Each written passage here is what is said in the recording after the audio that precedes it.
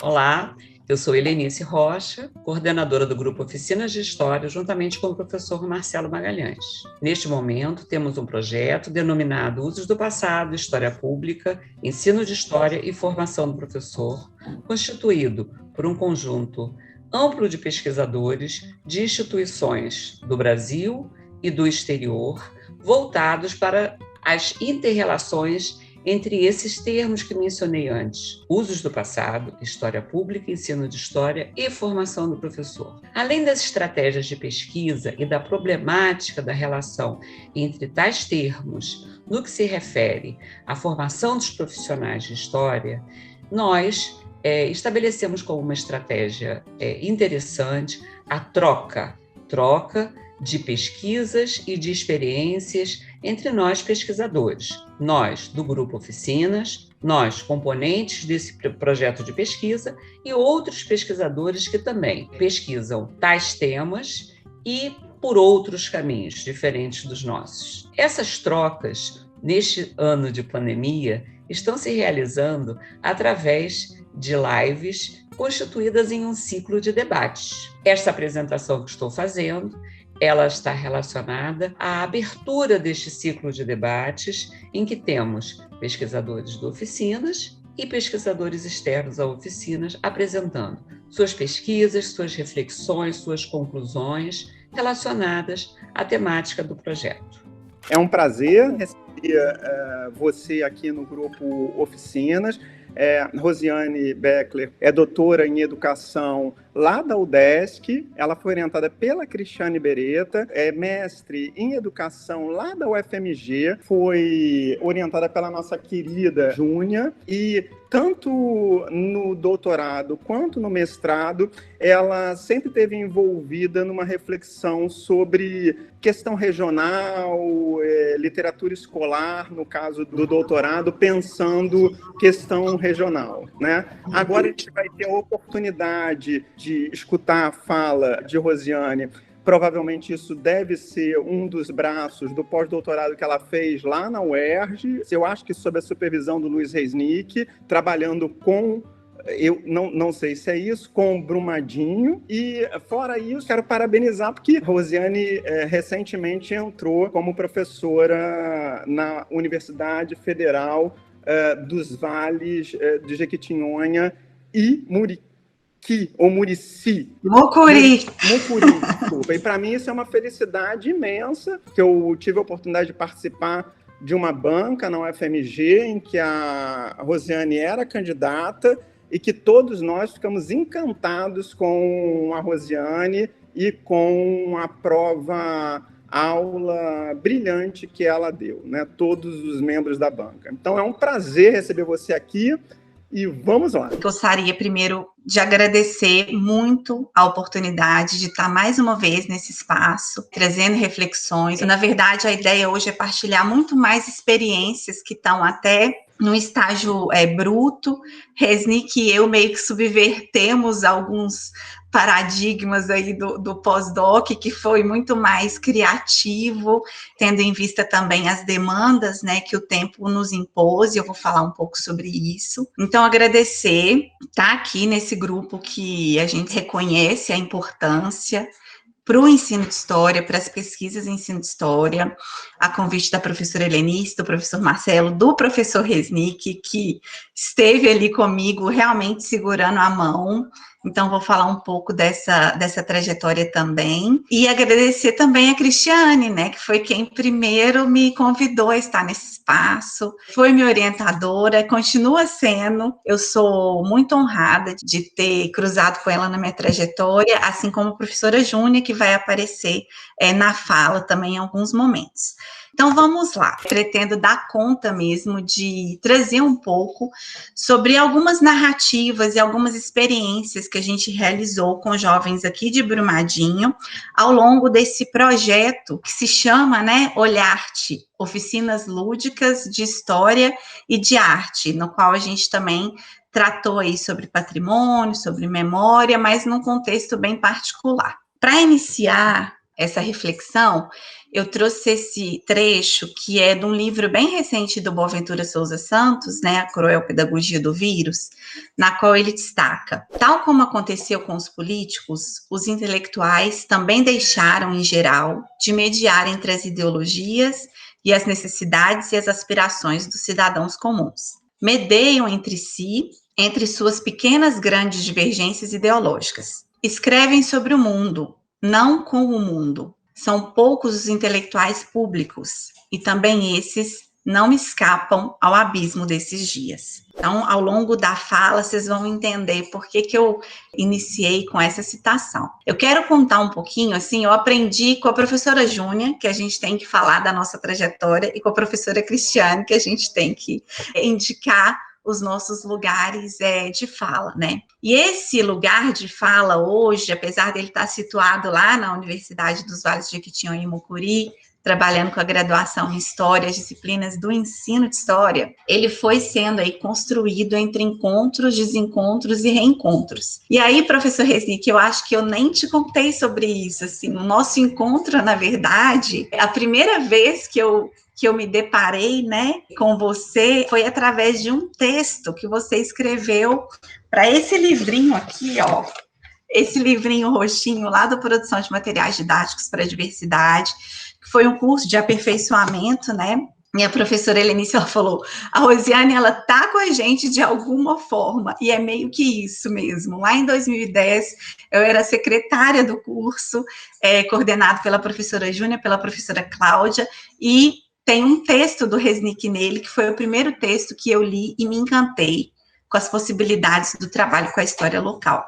Então, essa trajetória começa lá atrás. Naquela época, aí no Rio, vocês estavam trabalhando com a Caixa da História, e eu me lembro muito bem também da professora Júnia falando, Rose, você tem que ver esse material, olha aqui, olha essa caixa, olha essa proposta. E dali, eu comecei as minhas discussões, me aproximando da história local, mas que, por um recorte, que não no mestrado, foi trabalhar com a história de Minas e no doutorado com a história de Santa Catarina, acabou expandindo um pouco para a questão da história regional, né? Entendendo como que, na compreensão da nossa história brasileira, essa região muitas vezes vai se confundir com o próprio estado. Então, esse percurso que foi me levando, né, para esses olhares em escalas sobre o que se passa em contextos mais próximos que dialogam com outros,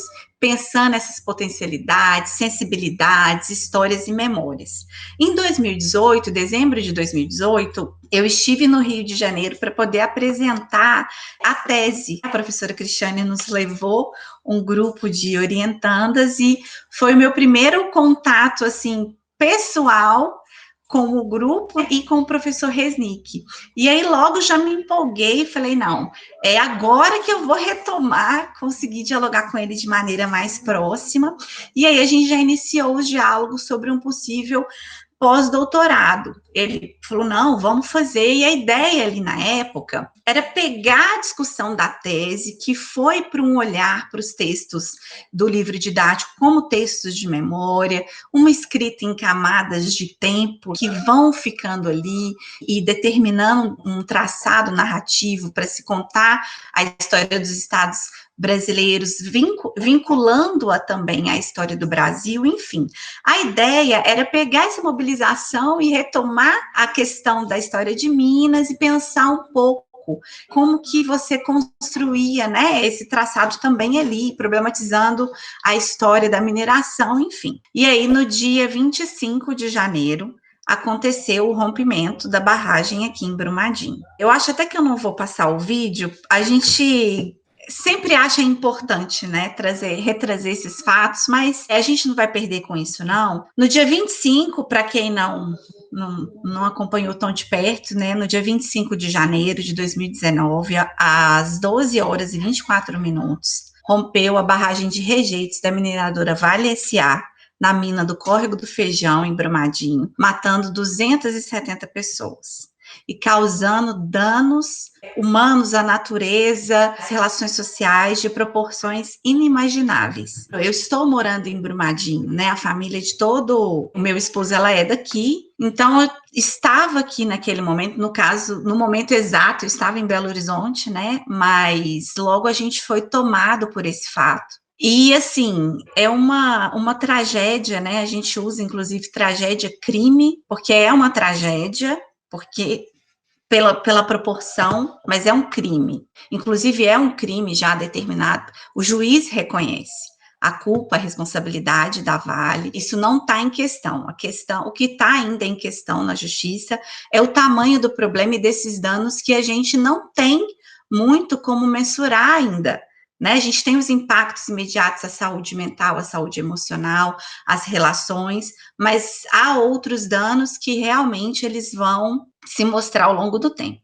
Então, diante disso, eu conversei com o professor Resnick e ele falou, quem sabe, vamos focar aqui na questão da mineração, pensar como que ela se define, como que isso está posto, né, em narrativas da historiografia escolar e, de alguma forma, cria sentidos, porque a gente tem uma tese, né, uma hipótese, uma aposta, aqui no caso da história de Minas, que é o seguinte, a força da história da mineração, ela é tão grande, né, como um modelo de interpretação, isso eu trago um pouco no texto que a gente indicou para a leitura, ela é tão forte, porque ela confere a Minas, ela faz equivaler uma história regional a uma história da nação, e vai ter aí alguns desdobramentos. Um deles é o silenciamento das pluralidades num estado que tem 856 municípios. Minas é o estado brasileiro com o maior número de municípios. E quando a gente pega as narrativas, vai aparecer ali Ouro Preto, Mariana, Diamantina aparece, mas aparece menos, apesar de ser uma cidade do período colonial, ela está localizada mais adentro, né, já no Vale do Jequitinhonha. Então tem esse silenciamento de tanta diversidade. O Guimarães Rosa, ele vai falar, né, Minas, como dizê-las, né? Minas são tantas. E essas tantas minas acabam sendo confundidas com essa Minas do ouro, com a Minas colonial. Então, esse é um desdobramento. E o outro desdobramento é a própria olhar que a gente tem para a mineração, tanto do passado como para os tempos atuais, né? A mineração hoje, ela no texto eu escrevo isso, né? O que a nossa paisagem tem são os buracos das cavas de minério. É isso que nós temos, olhando para Minas Gerais.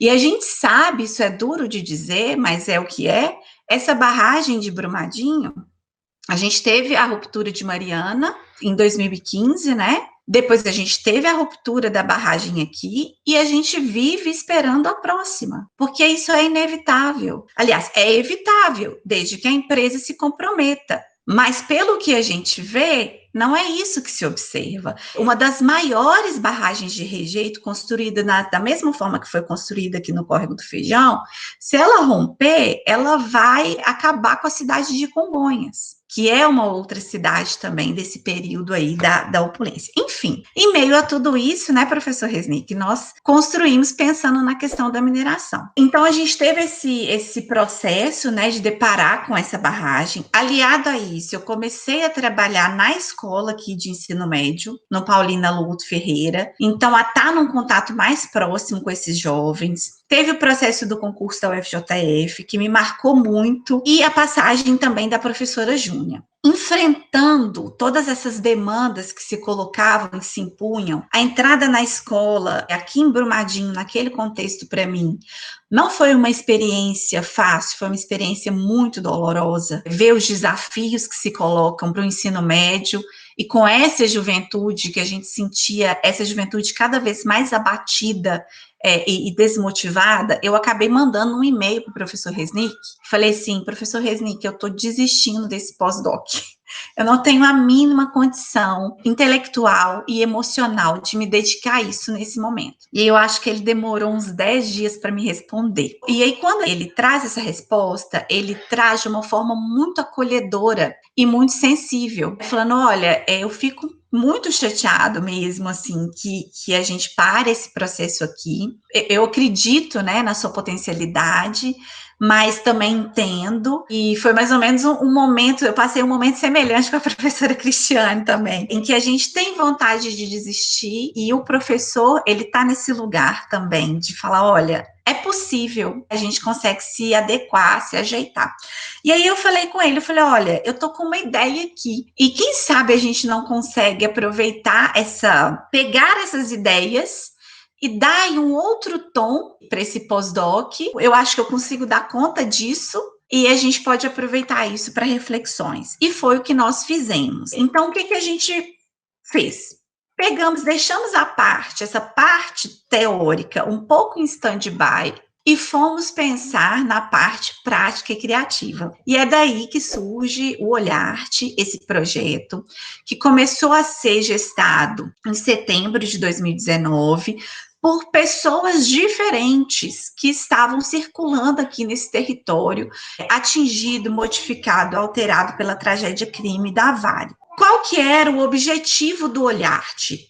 O Olharte, o que acontece, né? Quando acontece uma tragédia e dessas proporções, como foi o rompimento da barragem, muitos sujeitos começam a ocupar um território com diferentes desejos, com diferentes propostas, com diferentes anseios. E muitas vezes as pessoas que são mesmo desse território acabam ficando alheias ao que acontece ali. Mapeando um pouco isso, nós nos reunimos e falamos, olha, tem problemas aqui que a gente consegue já identificar, que não são de agora, né? Por exemplo, Brumadinho, ela é uma cidade, ela na região metropolitana está a 40 quilômetros de Belo Horizonte, tem cerca de 40 mil habitantes e ela vive da mineração. Desde a década de 70, quando a Ferteco se instalou aqui, da mineração do ferro. Então, a gente já tinha ali 30, 40, e na década de 70 essa mineração se expande. Em 2000, primeira década aqui do século XXI, a Vale compra essa mina, e aí que é o dinheiro que circula a cidade. Só que essa cidade, as pessoas não têm uma relação de pertencimento nem de identificação com esses espaços. As relações aqui em Brumadinho, elas estão muito no interior das famílias. Então, quando aconteceu essa tragédia, a mina estava lá há décadas e sobre risco de rompimento. Às vezes, vamos falar em acidente. Não foi um acidente. Já se sabe, inclusive, que o risco estava calculado. Como que não se discute isso no contexto da cidade? Como que as pessoas, os sujeitos dessa cidade, não estão atentos a isso? E aí a gente começou a entender essa fragilidade dos laços de pertencimento com esse espaço, que ficou tanto mais nítido com o rompimento da barragem e todos os debates, embates que se desenrolaram a partir dali. Então, quando a gente pensa o Olharte, o nosso desejo era fazer um trabalho que possibilitasse a valorização das identidades locais, o fortalecimento desses laços de pertencimento, o desenvolvimento também de habilidades socioemocionais que possibilitassem o diálogo sobre a tragédia, mas também sobre outras memórias relacionadas a esse território, e uma formação ética e estética. Então, a gente queria tudo e mais um pouco. Pessoas, assim, de diferentes setores da sociedade, né? Pessoas de associações, entendendo anseios de outros sujeitos também que queriam, de certa forma, contribuir com esse contexto. A gente falou, olha, vamos fazer desse projeto um projeto guarda-chuva e trazer essas pessoas para junto, para que a gente fortaleça, para que a gente alinhe propostas que possibilitem um trabalho com esse viés pela memória, pela história, entendendo que se eu não me sinto pertencente a um espaço, como o espaço da cidade ou do município, eu não vou lutar por esse espaço, nem pela preservação, nem pela reconstrução dele. Então, isso era um pouco que estava ali no nosso âmago mesmo, sabe? Como um desejo de fazer. Quem dialogou muito comigo nesse momento foi uma professora que eu conheci no chão da escola, a professora Dulce, que é professora de artes, e eu falei, olha, vem junto, vamos construir isso junto, vamos pensar nisso junto, porque a ideia era fazer essa aproximação. São oficinas lúdicas de história e arte. Então, que através de práticas sensíveis, a gente pudesse ir trabalhando quase que pelas beiradas temas da história e da memória, e a partir desse percurso tangencial, a gente chegasse aos temas mais sensíveis e mais dolorosos, que a gente sabe que ainda é difícil para se tratar aqui no território. Eu trouxe essa imagem, eu gosto muito dessa imagem, né?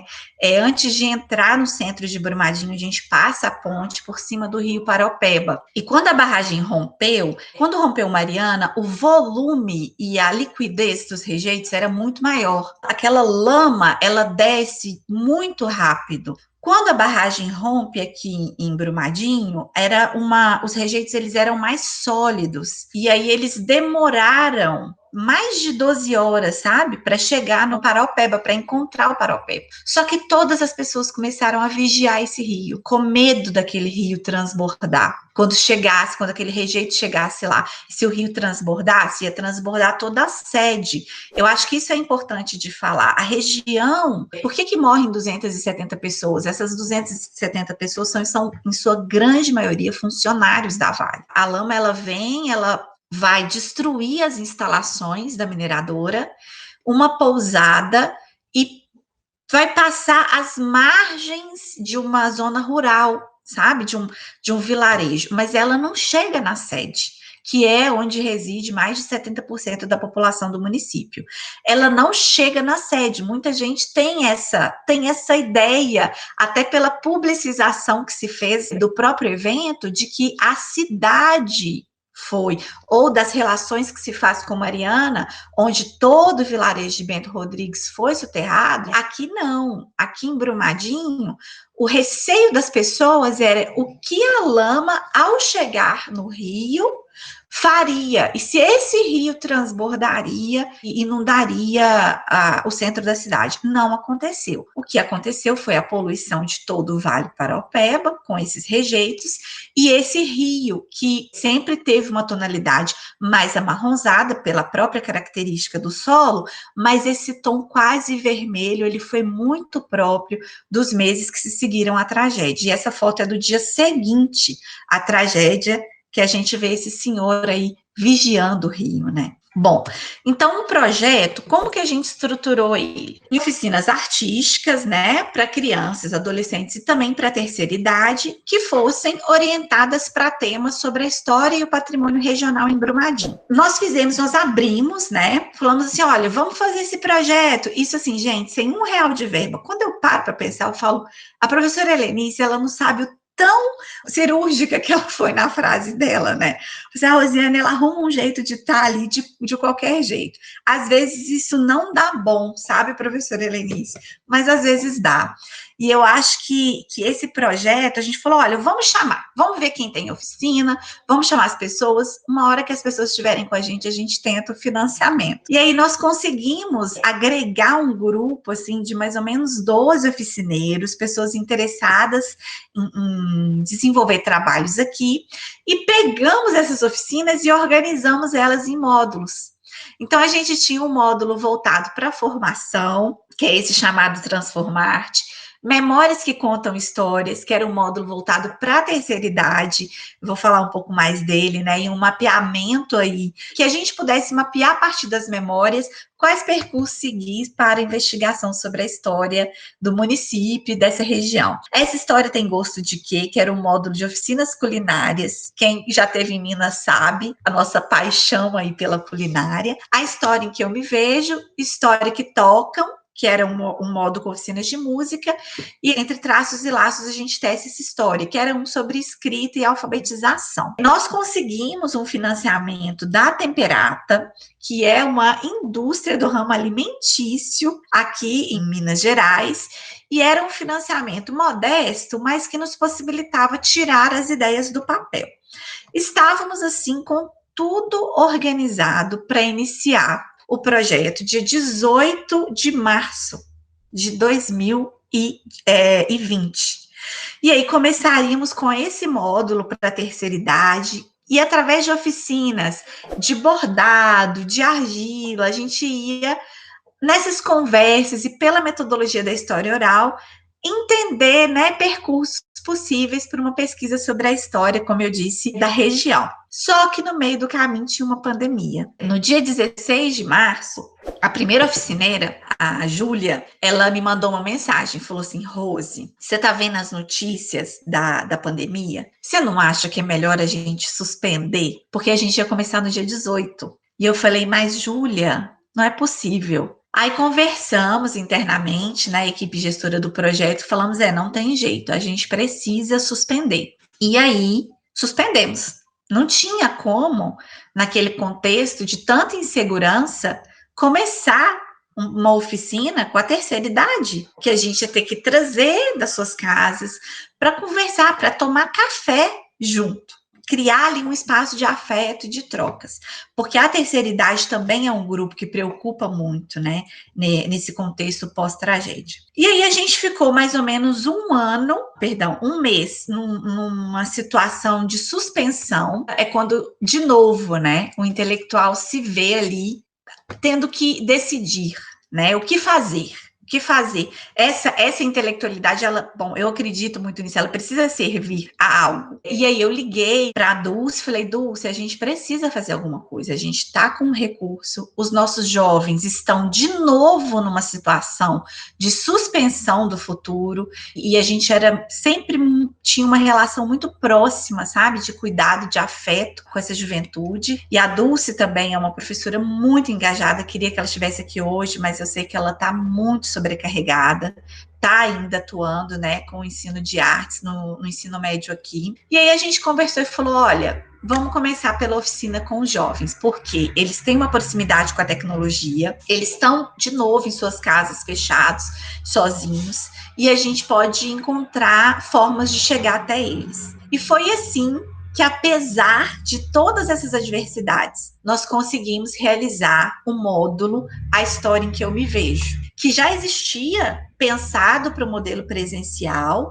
mas que seria um módulo que viria depois, porque a gente precisava daquele percurso lá com a terceira idade, a gente tinha todo um percurso em mente, né? Então a gente falou, olha, vamos traçar esse mapa e depois a gente vai com os jovens, revisitando, inclusive, essas memórias que a gente pôde encontrar no diálogo com a terceira idade. Isso não foi possível. E aí, coincidentemente, a prefeitura, a Secretaria de Cultura aqui em Brumadinho, estava com um projeto parado, eles têm um projeto parado de educação patrimonial, que chama Redescobrindo Brumadinho, com todo um material que eles prepararam para a divulgação de uma narrativa oficial sobre o patrimônio. E aí nós nos reunimos ali, né, readaptamos, repensamos o módulo, falamos, vamos conversar, vamos pegar esse material da prefeitura, que, né, foi gasto, foi construído com o dinheiro público, né, acho que é sempre importante a gente ter essa dimensão em mente, e está parado, vamos pegar essa narrativa e problematizar ela com os jovens a partir das experiências deles. E aí a gente adequou o módulo com 3 oficinas, que era Redescobrindo Brumadinho, pensada pela Dulce por mim, Reconstruindo as Minhas Imagens, que foi mediada pelo Henrique Bocelli, que é um cineasta, e trabalhou um pouco esse olhar do jovem sobre ele mesmo e sobre o seu entorno, que naquele contexto nem era mais a cidade, era muitas vezes o próprio quarto e a própria casa, a gente estava numa situação pandêmica. Então, quando a gente interpelava a cidade, eram memórias imediatas da convivência na cidade, que estava suspensa, que estava impactada pelo rompimento de uma barragem e que estava suspensa pela pandemia. Então, vejam só, né, quantas coisas nos atravessaram. E além dessa do Henrique, tinha a Débora Mussolini, que é musicista, é cantora, que fez uma oficina chamando Cantando Se Conta a Própria História, trabalhando com músicas que eram importantes tanto para a cidade quanto na vivência daqueles jovens e das suas famílias. Nós organizamos, a gente fez esse módulo em 2 meses. Segunda-feira era o Redescobrindo Brumadinho, quarta-feira reconstruindo as imagens e sexta-feira cantando se conta a própria história. A gente disponibilizava materiais, né? E na quarta nós nos encontrávamos com esses jovens no Meet. A gente teve uma adesão que não foi uma adesão muito alta, a gente teve 24 matrículas, 14 começaram a participar e apenas 10 permaneceram, mas esse é um traço aqui de Brumadinho, que vem também, né, daquelas hipóteses que eu já levantei aqui no início. É quase que uma certa inércia. A gente observa em projetos que são até mais longínquos na cidade, o pouco engajamento das pessoas, a pouca desejo, disponibilidade de estar ali participando. Era um projeto piloto também, né? Então, sobre essa oficina Redescobrindo Brumadinho em específico, quais que foram os desafios aí? Primeiro, as negociações entre os saberes das artes e da história, né? Uma professora de história, uma professora de artes, e a gente queria realmente construir juntas uma proposta. E as estratégias metodológicas que a gente usou foi a elaboração desses materiais didáticos, a disponibilização deles no Google, interação via WhatsApp, via chat, e atividades de investigação e de criatividade, de criação. A gente tinha um cronograma semanal, todas as oficinas trabalhavam, de certa forma, aqueles temas semanais, né, que era o nosso eixo. Então, a gente começou com o tema da identidade, fomos para memória, tempo, patrimônio, pertencimento, cultura, história, e voltamos, fechamos o ciclo das 8 semanas com o tema da identidade. Então, ao longo desse tempo, nós trouxemos diferentes atividades, e era muito interessante, porque a gente disponibilizava a atividade na segunda, e na quarta-feira, depois que Dulce e eu líamos, a gente trazia aquilo ali para o debate, para a conversa, para as reflexões. Foi um movimento muito bacana, porque a gente entendeu assim, olha, não dá só para pedir para eles, vai lá e faz um registro. Esse registro tem que poder ser partilhado, para que ele ganhe sentido. E aí foi muito acertado essa dinâmica. E eu lembro que nosso primeiro encontro, nosso primeiro chat no Google Meet, que hoje está virando aqui para a gente, infelizmente ou felizmente, dada a necessidade, ia ser quase que a possibilidade única da manutenção do vínculo, mas naquela época era um ambiente muito estranho, tanto para nós, educadoras, quanto para eles. E aí eu lembro, quando a gente terminou o primeiro chat, a Dulce falou assim, você tá muito professora, não vai dar certo desse jeito. Eu falei, mas gente, eu formei para ser professora. E aí a gente conversou e precisou reconstruir, entender que esse espaço, que a proposta que a gente trazia para esse espaço, ele demandava uma outra postura, mais horizontal, de mais escuta, de instigá-los a participarem, não que a gente ficasse ali falando. Aqui eu trouxe só algumas atividades, a gente começou com esse quiz, que tipo de brumadinhense você é, e aí era brumadinhense Nutella, brumadinhense raiz, e foi, assim, um sucesso entre eles, sabe, trazendo algumas questões sobre as vivências na cidade. Depois nós trouxemos Onde Moram as Memórias, foi essa atividade em que nós trouxemos esses lugares de memória da narrativa oficial e questionamos se eles conheciam aqueles lugares. Ninguém conhecia todos os lugares. E aí perguntamos assim, qual lugar que mais te surpreendeu? E aí para eles foi a Fazenda dos Marinhos, que era uma fazenda, né, do período ali do século XVII, e que marca um pouco esse período também da exploração, dessa travessia, né, da exploração mineradora e também da escravização. E para eles, que lugar que é esse que existe na minha cidade, né? Nessa narrativa oficial. Então, a gente fazia sempre esse movimento de falar, olha, é isso que está posto aqui nesse programa, mas o que faz sentido para vocês? Essa atividade foi atividade sobre pertencimento, né, da semana 5, que a Dulce fez um podcast, a gente partilhou o material, e aí no final eles foram convidados a refletir sobre o que nos torna pertencentes a Brumadinho.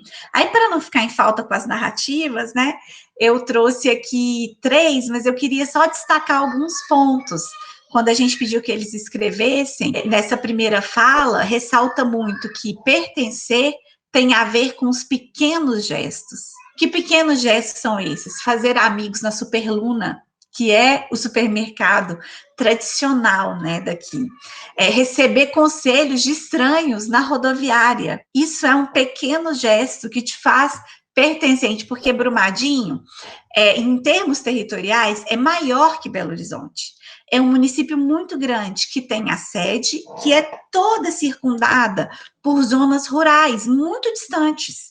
Então, tem lugares aqui, na zona rural de Brumadinho, que eu demoro mais para chegar se eu for a Belo Horizonte. E aí, esse estar na rodoviária esperando o ônibus diz de um tempo muito largo, que é do ônibus chegar e do tempo do percurso. Então, as pessoas se conhecem nesse contexto, né? E aí, esse jovem, ele ainda coloca, eu também pertenço a Brumadinho quando eu ajudo a manter a festa junina, seja dançando quadrilha ou ajudando a montar as barraquinhas.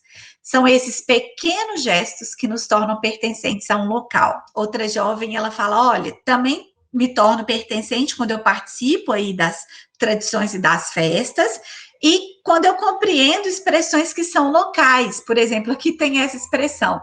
Isso aqui virou a festa do Teju? Meu filho nasceu em Belo Horizonte, já rodou esse Brasil.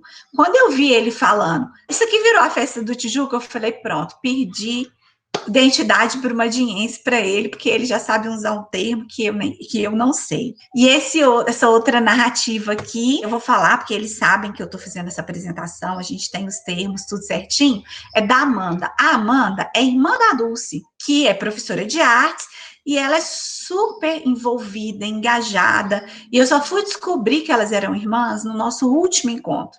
É motivo de piada até hoje, né? Mas aí ela destaca a questão da participação, das compras na Superluna, e essa última fala, quando eu acordo às 6 horas para ir para a escola Abelardo Duarte de Passos, e chego lá com o cabelo molhado pela bruma. Brumadinho, inclusive, tem esse nome por causa disso, né? Das brumas, da neblina que paira aqui entre as montanhas da nossa região. Essa outra atividade, vou passar por ela mais rapidinho, mas como a gente estava nessa aproximação com a Secretaria de Cultura e Turismo, a gente falou, olha, vamos trazer, então, essa ideia do guia turístico ou do guia de turismo, até diferenciando essas duas expressões, e vamos pedir para que eles façam um roteiro do que eles querem, o que eles acham importante mostrar nessa cidade. Aí tem o guia da Amanda ela passa...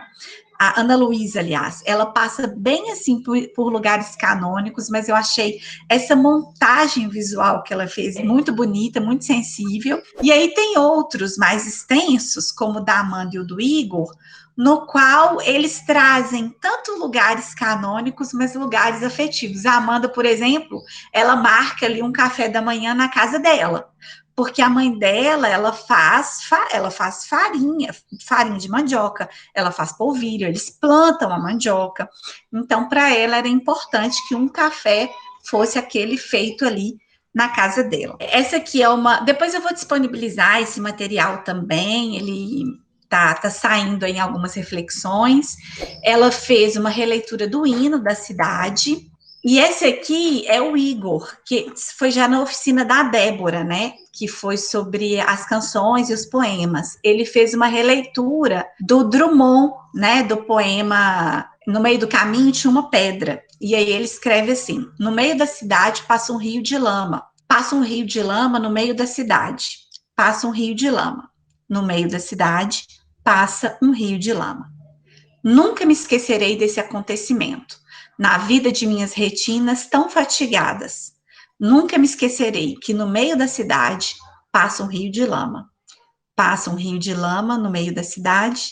No meio da cidade passa um rio de lama. Mostrei para vocês a imagem do rio, né? Sobre os desafios, eu trouxe a questão da Covid, os encontros e desencontros, o financiamento, a mobilização, reconhecer esse próprio território como um território de disputa, a relação que se estabelece com o patrimônio, com a cidade, as durações e os tempos, né, que a gente precisou reconstituir, reconstruir, repensar, o deslocamento dos nossos lugares. Então, poxa, eu não posso ser professora nesse espaço, o que eu tenho que ser então agora? Não é que eu não posso ser professora, mas é uma outra docência que se demandava ali, e lidar com narrativas que são interrompidas e são silenciadas por diferentes fatores. Quais são os desdobramentos que a gente vê aí no horizonte a partir dessas experiências, assim? Sistematizações reflexivas, né, possibilidades de fala. Eu acho que cada vez que eu tenho a possibilidade de contar essa experiência, eu mesmo fico, nossa, gente, acho que nós precisamos voltar a isso. E é justamente por pensar nisso que eu tenho construído uma possibilidade lá no diálogo com minhas colegas da UFVJM